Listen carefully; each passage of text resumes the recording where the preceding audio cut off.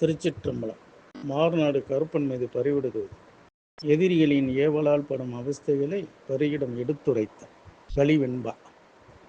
திருமங்கலம் முக்கோணன் பாரம் வைத்தியம் வீடு வந்து கட்டும் பணி முட்டை 10 ஓர் வாரம் தொருவில்லை